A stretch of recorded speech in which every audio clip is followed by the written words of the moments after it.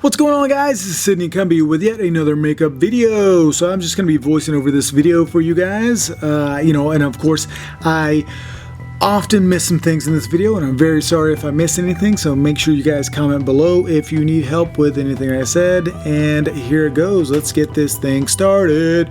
All right, so here I am right here doing some underpainting and sealing this prosthetic. Because this is foam latex, you do need to PAX it. And these colors that I'm using right now are PAX colors. So you need to seal it with PAX. And that's what I am doing right now. So I'm doing underpainting, and I'm painting in all the wounds and the bloody areas and everything. So if there's anywhere where blood is going to pool, like up under the ribs, in between each ribs, I am going to hit that with some purple. And this is all underpainting, so it can be as messy as you want it. And I'm filling in all the wounds as well. But I'm also going to cover this whole thing with some red and purple anyway. So, but right now I'm just filling in some details. That's what I'm doing first. And now I'm going in with some, like a dry blood PAX color. All these colors are Thomas Surprenant colors, so make sure you guys check out Thomas Surprenant. Makes some awesome prosthetic paint colors. Just filling in some areas. I'm about to sponge on with a sea sponge some red.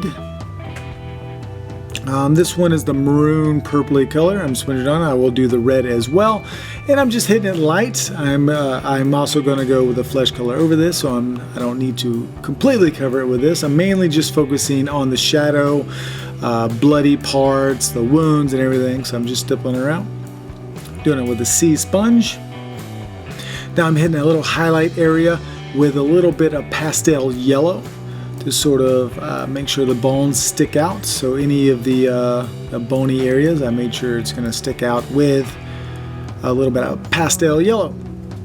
And I am using a Delium tool brush right there. Delium tool brushes are awesome. I love them. I definitely suggest them if you guys are looking for some brushes. I'm just waiting, looking at this thing. And now I'm doing like a dry brush with some dead flesh. Alright, so what I'm going to do is I'm going to brush on a thin layer. So I'm going to water down this PAX. You can add water to PAX, just a little bit to water it down. I'm doing that to make it more translucent, doing a wash of this color rather than a solid color. But I want to do a wash because I do want to make sure this is translucent, so you do see the bruising and the wounds underneath the skin. And this will definitely do it. Just a light coat of this that'll make it look translucent and still give it a little bit of sheen to make it look like flesh. So this is just a dead flesh color. It's going to gray it out, make it definitely look zombie. And I'm using a Delium tool stipple brush right there and a sea sponge. Now I am going in with an Epic Dot airbrush. This is European Body Art Epic Dot airbrush. It's an amazing airbrush. It's definitely an airbrush I suggest. I am now softening everything with another dead flesh. This is an alcohol color by European Body Art. I'm softening everything up so you can still see what's going on up under it, but it's not going to cover up everything. And now I'm doing a little bit of spatter. The spatter was a little heavy, meaning that it wasn't as translucent as I wanted it, but it still worked. And that's a good thing about this airbrush. You can spatter as well as do detail and do full coverages with this airbrush. That's why I use it and I like it so much. And now you can see that it's definitely looking more zombie, more dead fleshy. You can see the bruising underneath. I don't normally do this type of painting, but Thomas Surprenant does painting like this, so I thought I'd try it out a couple of times, and looks like it's been working for me so far, and I like it. So now I'm going in with a contusion color. This is a European Body Art alcohol color, and I'm going in with all the wounds, any of the areas where blood will pool, like between each of the ribs and everything. And I'm just filling in all the wounds with this purple color. I love using purple when I do zombies, do anything bruising and stuff. Purple is awesome. So I spattered on some purple as well as a little bit of yellow there. So you'll see those little bit yellow spots. Now I'm using a dried blood color, and this is also European Body Art, and I'm filling in the wounds, sort of highlighting the wounds. I want to put a little bit of blood back into the wounds, and I'm not doing I'm not doing details, right? I'm doing a wide stroke, sort of just going in. Things are fading, I'm going over the nipples and everything. with the bruise color and with the dry blood color. Now it looks pretty good. It looks like it's a good base that I can now start working on the face actually. So I just do a couple of more spatters, and again, make sure you stay away from the edges. When you pre-paint foam latex prosthetics, stay away from the edges. You do not want to go over the edges. You will lay down the edges when you start applying it onto the model, so beware. But this prosthetic is all sealed up and ready to go. And now it is time to do the makeup. So this is my friend Kyle Doust. He's a former student, also a makeup artist.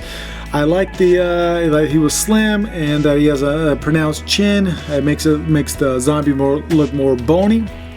So I thought I'd do it on him. So I brought him in. I also made this shirt a long time ago. It's a little bit too bright with the red, but it'll work for this. This is the only one I could find for this video. So now I am laying down the foam prosthetic, and what you want to do is you want to start center. So the nose to the forehead, and work your way out when doing one of these prosthetics. You want to do that so you can maneuver it and fit it and make sure nothing is lopsided. And if this prosthetic is a little bit too small for him, you can always stretch it, but remember, if the prosthetic is too big, you can never make it smaller, so be warned. He has a nice generic face, so it lays down on his face pretty darn well. And I glued it down really easily. Now I'm just lifting up places where I didn't glue it down with some tweezers and going up under it and just laying it down. Remember, everything up under this prosthetic has to be glued down. If there's a spot up under the prosthetic that is not glued down, it might wrinkle or fold when he makes a face. So be warned that your actor is going to have a weird wrinkle if it's not laid down completely. Now after I lay down this prosthetic, I get it fully laid down. What I'm doing right there is I'm stippling over the edges. This is a foam prosthetic is basically a sponge. If you put Prosade over a thin edge, it will absorb through that thin edge and glue itself down. That said, make sure you have most of it glued down up underneath, and just a thin edge is all you're going to be able to glue down because it's not going to absorb all the way through any thick spots. And so you'll see I'm using a Delium Tool bent liner brush. That is my primary glue brush. I love to use it. It is awesome. And I'm using a little bit more Prosade, and then I'm going in with a little bit of a white sponge and picking up the rest of it, sort of just stippling it out, fading it out. That helps blend the prosthetic as well as take up all the rest of the excess glue that you that are using. And now I went around his eyes with the glue. You want to make sure the model keeps their eyes closed when you're going over the eye so that they don't get glue in their eye or in their eyelashes. And until you powder it, they can't open their eyes. So make sure you let them know that you don't want to get glue in their eyelashes or in their eye, of course. And you want to powder it after you're done. Powdering is just to ensure that they don't get their eyelashes stuck in there.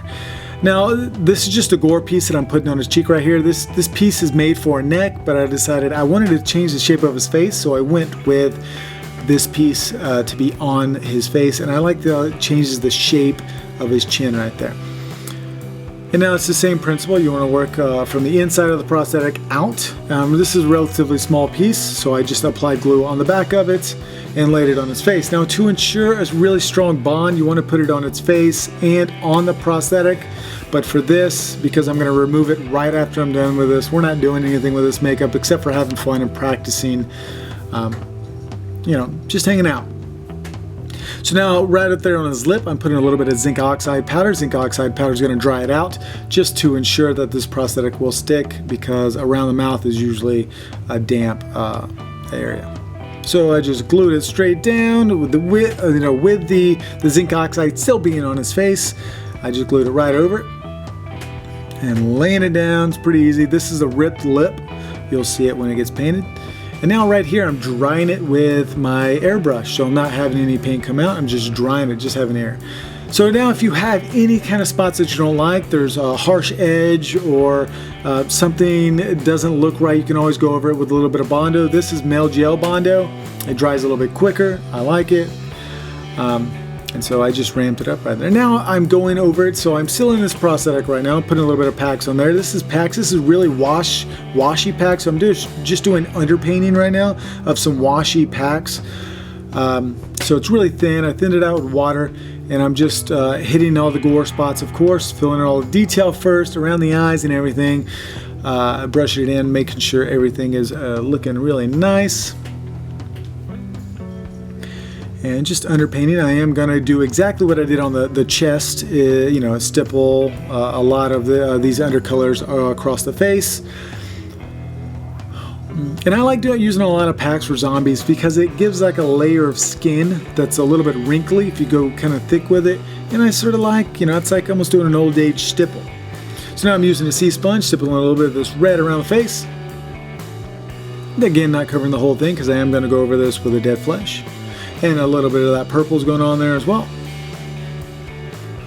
And you're looking at it, and right now you're going to think, oh, it looks like a mess. Of course it looks like a mess. You know, don't get down on yourself when you're doing this.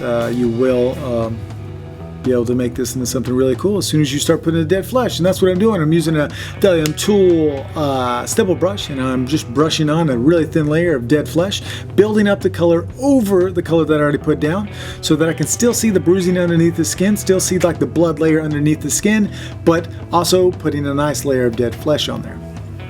And this is another PAX layer of dead flesh. There are multiple ways of making a zombie. This is just one. Don't feel like you need to paint like this. This is more of an old school technique, but I love doing it. I don't normally do it, but I've come to find out that it's actually a pretty good way of painting. I like it. Tom Surprenant does it, and I'm digging it. Alrighty, just painting away, putting a little bit, and I have a little bit smaller stipple brush right here. This is like the medium stipple brush, and I'm putting a thicker layer around where the bone's going to be because I want that the bones will sort of stand out, be more highlighted than the rest of the skin. Now I did it in his ear as well, so I did a little bit of purple inside the ear and a little bit of dead flesh on there because the last thing you want is a pink ear as a zombie. You want it to match the rest of the body and the rest of the face. So that's what I did right there. And as you can see, I'm building up the layers. You can still see a little bit of that color underneath. That's what I'm going for. I want it to look a little bit more bruisey. Alrighty, and so still going in with the dead flesh. Alright, he's looking at his phone, taking pictures of himself, seeing what he looks like. So now I'm going in with a cream color. This is a bruise wheel, just going up on the eyes with a liner brush and a finger brush by the Delium Tools because they are awesome brushes. I love them. So I'm also going around, so I'm going around the eyes, going around the nose, the lips, the ears, the mouth. The reason I like to use these cream colors is because not a lot of people like cream colors going, or alcohol colors going around their mouth and eyes. So I just decided, I'll just use some cream colors. Now I'm doing a layer of dead flesh out of the airbrush. This is the alcohol color, so just sort of making everything blend together, softening everything. I'm doing a light spatter of dead flesh as well as a light like sort of brush over with some dead flesh. So now I'm going in with a contusion color by European Body Art. The contusion color is a purple bruisey color. And I'm going around the eyes and any of the wounds. And I might do some squigglies on the skin with it too, and definitely in the hairline. In the hairline, I like to make the hairline sort of bruisey and gnarly. It's just something I like to do. All right, going around the nose with it as well. Around the eyes. He's starting to look more zombie now. You know, he's looking like he's just two colors, but he's definitely looking zombie. So now I'm going into all the wounds with a dried blood, just like I did on the chest. And I'm just mimicking the same paint job that I did on the chest, on the face. So, you know, using a little bit of this red around the eyes. Alright, so I didn't finish the face yet, but I decided to start work on the chest piece just to get that glued down. So I'm basically just painting on Prosade with a chip brush.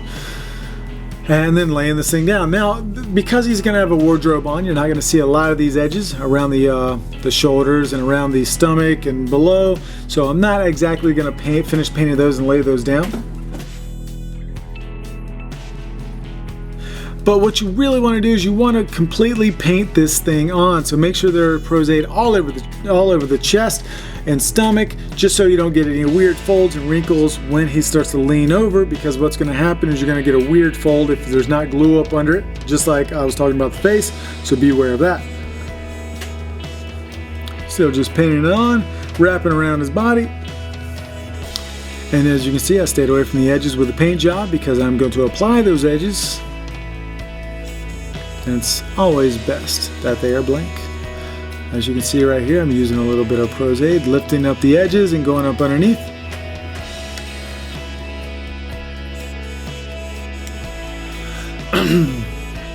Alrighty, I think I got it all glued down to where I want it. So I just put back on a shirt just to know where exactly I want to paint.